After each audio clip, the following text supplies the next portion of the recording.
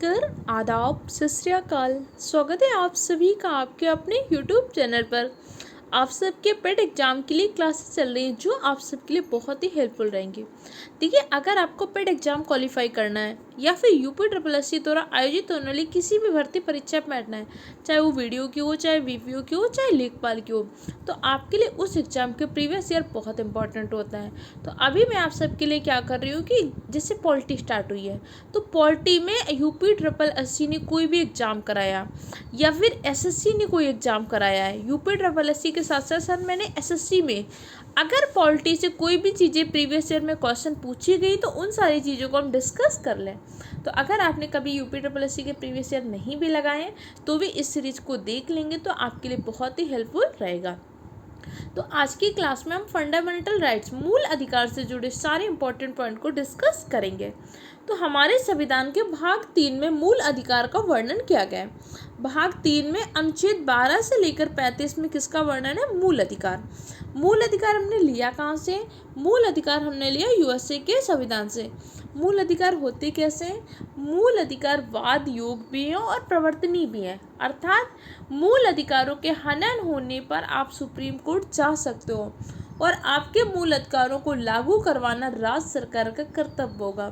ना ही राज्य सरकार ना ही कोई व्यक्ति आपके मूल अधिकार का हनन कर सकता है। इतनी बात तो समझ में आई। तो भैया हमें कितने मूल अधिकार मिले हैं? देखो, प्रारंभ में तो हमें 7 मूल अधिकार मिले थे, लेकिन वर्तमान में कितने हैं? 6 मूल अधिकार हैं, क्योंकि संपत्ति के अधिकार का जो मूल अधिकार था उसको हमने 44वें संविधान संशोधन 1978 के द्वारा समाप्त कर दिया। तो मूल संविधान में आपको कितने मूल अधिकार दिए गए थे? मूल संविधान में 7 मूल अधिकार दिए गए थे, जबकि वर्तमान में हमारे पास 6 मूल अधिकार हैं। और देखो, ये क्लास कौन सी आपकी रिवीजन क्लास है, तो यहाँ पे हो सकता है आपको थोड़ी सी स्पीड तेज लगे, क्योंकि अगर आपने इससे पहले नहीं पढ़ा होगा, लेकिन आपके पॉलिटी की डिटेल बैच की क्लास पे चैनल पर पड़ी हुई है, तो उनको देख लीजिएगा, वहाँ से चीज़ें समझ लेंगे और यहाँ पे अच्छे से चीज़ों को रिवाइज करिए। देखिए, हर हाल में आपके 80+ नंबर स्कोर करने हैं, अदरवाइज बहुत सारी वैकेंसीज में आप बैठ नहीं पाओगे। तो अगर इस साल को अपने सिलेक्शन का ईयर बनाना है तो उसके लिए आपको मेहनत करनी होगी। तो चलिए हम 6 मूल अधिकार के बारे में जान लेते हैं। जैसे कि पहला मूल अधिकार हमारा कौन सा है? समता का अधिकार। समता का अधिकार कहाँ से कहाँ तक है? अनुच्छेद 14 से 18 में समता के अधिकार का वर्णन किया गया है। समता का अधिकार में होता क्या है? तो पहले हम आर्टिकल एक बार समझ लेते हैं। देखो, अनुच्छेद 12 से लेकर 35 में क्या किया गया? मूल अधिकार का वर्णन किया गया है।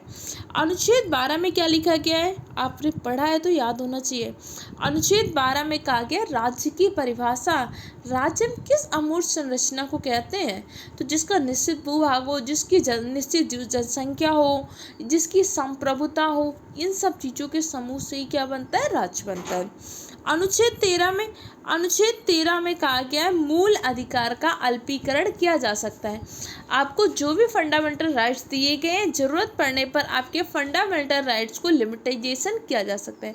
जैसे युद्ध हो जाएगा, आपातकाल लग जाएगा, तो उस टाइम पे आपके मूल अधिकार को सीमित किया जा सकता है। अनुच्छेद 14 क्या कह रहा है? अनुच्छेद 14 कह रहा है विधि के समझ समता और विधियों के समान संरक्षण का उल्लेख किया गया है। इतनी बात समझ में आ रही कि नहीं आ रही? आर्टिकल भी आपको याद होने चाहिए।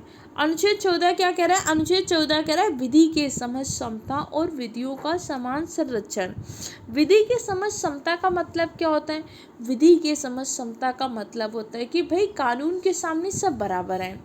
अगर किसी व्यक्ति ने एक चोरी का अपराध किया है, चोरी के अपराध के लिए अगर 10 वर्ष की सजा है तो 10 वर्ष की ही सजा मिलेगी, चाहे वो अपराध महिला ने किया हो, चाहे पुरुष ने किया हुआ, चाहे किसी जर्नल ने किया हो, चाहे SC ST ने किया हो। मतलब कानून के सामने सब बराबर है। ये क्या होता है? विधि के समझ समता।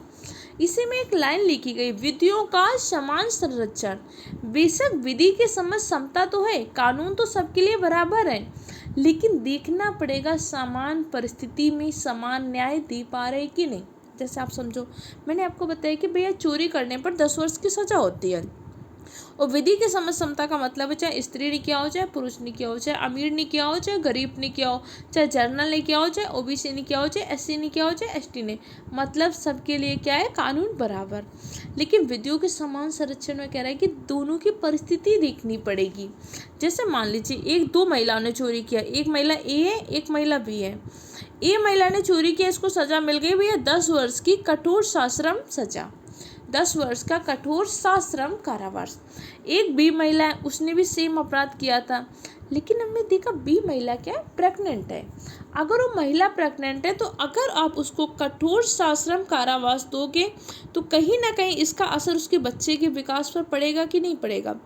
इसीलिए हमने कहा कि जब कानून के सामने तो सब बराबर है, लेकिन देखना पड़ेगा कि हम समान परिस्थिति में समान न्याय कर रहे हैं कि नहीं कर रहे हैं। अनुच्छेद 14 समझ में आया कि नहीं आया। विधि के समझ समता हमने लिया कहाँ से था, विधि के समझ समता हमने लिया है ब्रिटेन के संविधान से, जबकि विधियों का समान संरक्षण कहाँ लिया है, विधियों का समान संरक्षण लिया है हमने यूएसए के संविधान से। अनुच्छेद 14 समझ में आ गया। अनुच्छेद 14 से 18 में किसका वर्णन है, समानता के अधिकार का वर्णन है अनुच्छेद 14 से 18।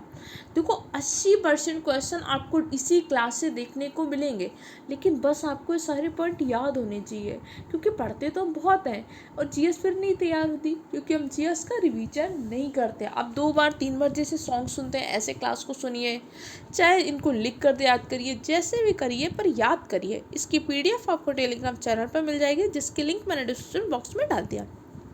संविधान के भाग 3 में अनुच्छेद 12 से 35 में मूल अधिकार का वर्णन किया गया है। अनुच्छेद 12 में राज्य की परिभाषा का वर्णन। अनुच्छेद 13 में कहा गया कि भैया मूल अधिकार का अल्पीकरण किया जा सकता है। अनुच्छेद 14 में विधि के समझ समता और विधियों के समान संरक्षण का वर्णन है। अनुच्छेद 15 में कहा गया किसी भी व्यक्ति से आप धर्म, जाति, मूल, वंश, लिंग, जन्म स्थान के आधार पर भेदभाव का निषेध किया गया है। ये निषेध किया कहाँ पे गया है, आप किसी भी सरकारी स्कूल में, कॉलेज में एडमिशन लेने के लिए आप किसी के साथ किसी भी प्रकार का भेदभाव नहीं कर सकते हो। अनुच्छेद 16 क्या कह रहा है, अनुच्छेद 16 कह रहा है लोक नियोजन में अवसर की समता। लोक नियोजन का मतलब क्या होता है, भैया कहीं आप जॉब करने जा रहे हो, वहाँ भी आपसे कोई भी धर्म, जाति, मूल, वंश, लिंग, जन्म स्थान के आधार पर भेदभाव नहीं किया जाएगा। अनुच्छेद 17 में क्या कहा गया है, अपरसता, छुआछूत के अंत की बात की गई है। अनुच्छेद 18 में क्या किया गया है, अनुच्छेद 18 में आपकी उपाधियों का अंत किया गया है कि जैसे पहले लोग क्या होता था, अलग अलग उपाधियां लिए होते थे। अब जैसे कोई क्या कर रहा है, जैसे आपने लिया, किसी ने नाइटहुड की उपाधि ले लिया था, तो किसी ने राजा की उपाधि ले लेता था, तो किसी ने कोई और उपाधि ले लिया था। तो स्वतंत्रता के बाद हमने कहा कि अनुच्छेद 18 में हम सभी उपाधियों का क्या कर रहे हैं, अंत। कोई राजा महाराजा धीराज की उपाधि लेके घूम रहा था, तो कोई विक्रमादित्य की उपाधि, ऐसी उपाधि हमारे यहाँ ली जाती थी कि नहीं ली जाती थी। कोई गाजी की उपाधि धारण करता है, इतिहास में आपने पढ़ा भी हो। तो अनुच्छेद 18 में उपाधियों का अंत कर दिया गया। लेकिन आज भी हम 2 क्षेत्रों में उपाधि लेते हैं। कौन कौन से 2 क्षेत्र हैं, सेना और शिक्षा। इन 2 क्षेत्रों में उपाधि लेते हैं। शिक्षा में जैसे आपको देखते हैं किसी को डीलिट की उपाधि मिलती है, डॉक्टरेट की उपाधि मिलती है, ये उपाधियाँ होती हैं कि नहीं। सेना में आपको किसी को परमवीर चक्र मिलता है, किसी को अन्य उपाधियाँ मिलती है। तो अनुच्छेद 18 में उपाधियों का अंत किया गया है, लेकिन सेना और शिक्षा 2 ऐसे क्षेत्र हैं जहाँ आज भी हम उपाधि ले सकते हैं। अनुच्छेद 14 से 18 में आपको कौन सा मूल अधिकार है, समानता का मूल अधिकार। समता के मूल अधिकार का संबंध किस अनुच्छेद 14 से लेकर 18, और इन आर्टिकलों में लिखा क्या है ये भी आपको पता चल गया कि नहीं, पल इतनी बात समझ में आई।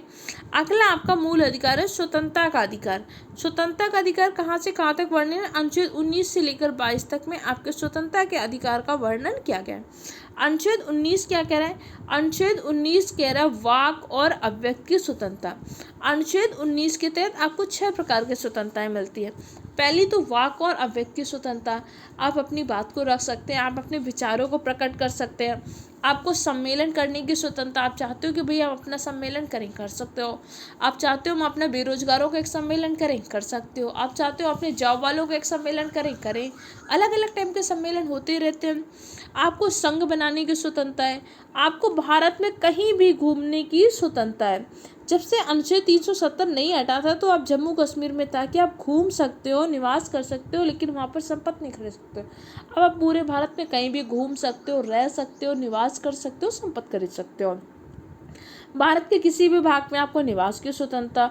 वृत्ति, भारत के किसी भी क्षेत्र में आपको क्या करना है, रोजगार के लिए काम करने की स्वतंत्रता। आप चाहते हो कि भैया जम्मू कश्मीर में हम टूरिस्ट में जाके बढ़िया काम करेंगे, वहाँ कर सकते हो। आपको लग रहा है नहीं हम तो अपने यूपी में जॉब करना चाहते हैं, आप कर सकते हो। तो अनुच्छेद 19 में क्या है, वाक और अभिव्यक्ति की स्वतंत्रता। वाक और अभिव्यक्ति की स्वतंत्रता के तहत आपको 6 प्रकार की स्वतंत्रताएं दी गई हैं। 6 प्रकार की कौन सी स्वतंत्रता दी गई है, याद रखिए। सबसे पहले विचार, आप अपने विचारों को प्रकट कर सकते हो। दूसरा भैया जब आपके अपने बढ़िया बढ़िया विचार करोगे तो लोग आपको सुनना चाहेंगे, तो आप सम्मेलन कर सकते हो। तीसरा आप क्या कर सकते हो, संघ बना सकते हो। चौथा क्या करते हो, संचरण, भारत के किसी भी भूभाग में आप घूम सकते हो। आपको लगा कि यार यहाँ घूम रहे हैं, हम यहाँ निवास करना चाहते हैं, वहाँ निवास कर सकते हो। वृत्ति का मतलब होता है कि भैया अपने जीविका के लिए कोई भी काम कर सकते हो। तो अनुच्छेद 19 में वाक और अभिव्यक्ति की स्वतंत्रता है। अनुच्छेद 19 के तहत आपको 6 प्रकार की स्वतंत्रताएं दी गई, अपने विचारों को प्रकट करने की, सम्मेलन करने की, संघ बनाने की, भारत के किसी भी भूभाग में संचरण करने की, निवास करने की और अपने जीविकोपार्जन के लिए जो काम करना चाहे आपको काम करने की स्वतंत्रता है। देखो ये छोटे छोटे पॉइंट है, इनसे क्वेश्चन पूछेगा, इसलिए ध्यान रखिएगा। अनुच्छेद 20 क्या कहता है, अनुच्छेद 20 कहता है अपराध के लिए दोष सिद्धि के संबंध में संरक्षण। कि भैया अगर आपसे कोई अपराध हुआ है तो उस अपराध के लिए कुछ आपको अधिकार होते हैं। जैसे कि सबसे पहला अधिकार क्या होता है, आपको स्वयं के विरुद्ध गवाही देने के लिए बाध्य नहीं किया जा सकता है। कई बार लोग गवाही दे सकते हैं कि हाँ मैंने अपराध किया है, अगर आप खुद से स्वीकार नहीं कर रहे हो तो आपसे ज़बरदस्ती गवाही देने के लिए बाध्य नहीं किया जा सकता। कहाँ पे लिखा है, अनुच्छेद 20 में। अनुच्छेद 21 में क्या है, प्राण और दैहिक स्वतंत्रता। प्राण और दैहिक स्वतंत्रता का वर्णन किसमें, अनुच्छेद 21 में। प्राण और दैहिक स्वतंत्रता के तहत कुछ विभिन्न प्रकार की स्वतंत्रताएं होती हैं। जैसे कि आपको क्या, विदेश यात्रा, विदेश जाने की स्वतंत्रता किसमें, प्राण और दैहिक स्वतंत्रता के लिए। इसी के साथ साथ आपको स्वच्छ पर्यावरण में सांस लेने की स्वतंत्रता, सही समय पर इलाज की सुविधा मिलने की स्वतंत्रता, ये सब किसमें, प्राण और दैहिक स्वतंत्रता। जैसे कई बार आप देखते हो कि भैया हेलमेट न लगाने पर टैक्स लगाते हैं कि नहीं लगाते, चालान काट देते हैं कि नहीं, किसी के तहत, अनुच्छेद 21 के तहत, कि भैया आपके प्राणों की रक्षा करना अधिकार है, आपके प्राणों की रक्षा करना है। इसी के साथ साथ अनुच्छेद 21 का में प्रारंभिक शिक्षा का अधिकार, पहले या 21 का नहीं था लेकिन हमने जोड़ा है। इसमें हमने कहा 6 से 14 वर्ष के बच्चों को निःशुल्क और अनिवार्य शिक्षा देना उनका मूल अधिकार है। अनुच्छेद 22 में कुछ दशाओं में गिरफ्तारी और निरोध से संरक्षण। कुछ दशा में आपको क्या होता है, गिरफ्तारी और निरोध से संरक्षण मिल जाता है। इसी के साथ साथ जिस व्यक्ति को गिरफ्तार कर लेते हैं उसके क्या अधिकार होते हैं। तो सबसे पहले हम समझते हैं निरोध क्या होता है।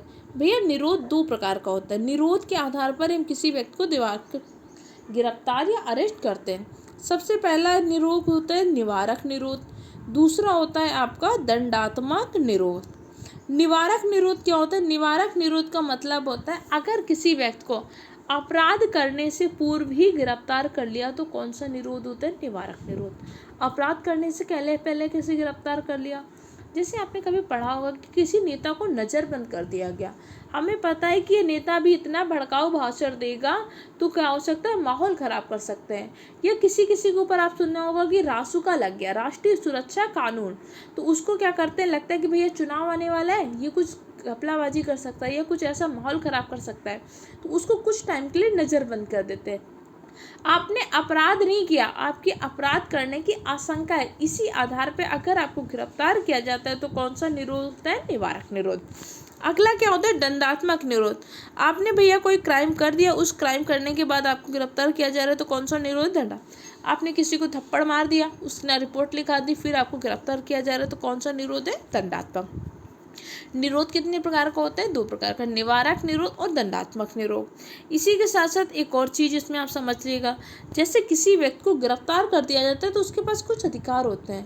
पहला अधिकार क्या होता है, उसे 24 घंटे के अंदर मजिस्ट्रेट के सामने प्रस्तुत करना होता है। 24 घंटे के अंदर उसे मजिस्ट्रेट के सामने प्रस्तुत करना है, लेकिन इस 24 घंटा में अगर कोई छुट्टी आ जाती है तो इसमें सम्मिलित नहीं होती। इस 24 घंटा में यात्रा में आने जाने का लगा हुआ समय सम्मिलित नहीं होता है, ध्यान रखिएगा इस सारी बातों को। अब अगला क्या है, अनुच्छेद 23। देखो आपने 2 अधिकार पढ़ लिए कि नहीं। अनुच्छेद 14 से 18 में कौन सा अधिकार है? 14 से 18 में आपका समानता का अधिकार है। 19 से 22 में कौन सा अधिकार है? स्वतंत्रता का अधिकार है। अगला मौलिक अधिकार है शोषण के विरुद्ध अधिकार। कहाँ पे? अनुच्छेद 23 से 24 में शोषण के विरुद्ध अधिकार दिया है। अनुच्छेद 23 क्या है? अनुच्छेद 23 कह रहा है बलात् श्रम का निषेध। किसी भी व्यक्ति से आप जबरदस्ती श्रम नहीं करवा सकते। जैसे बेगारी प्रथा होती थी, जबरदस्ती काम करवाते थे, बंधुआ मजदूरी नहीं करा सकते हो। अनुच्छेद 24 कारखानों में बच्चों से काम नहीं करा सकते। बाल श्रम पर रोक। ये आर्टिकल भी आपसे पूछ लेते हैं, फंडामेंटल राइट के आर्टिकल याद रखिएगा।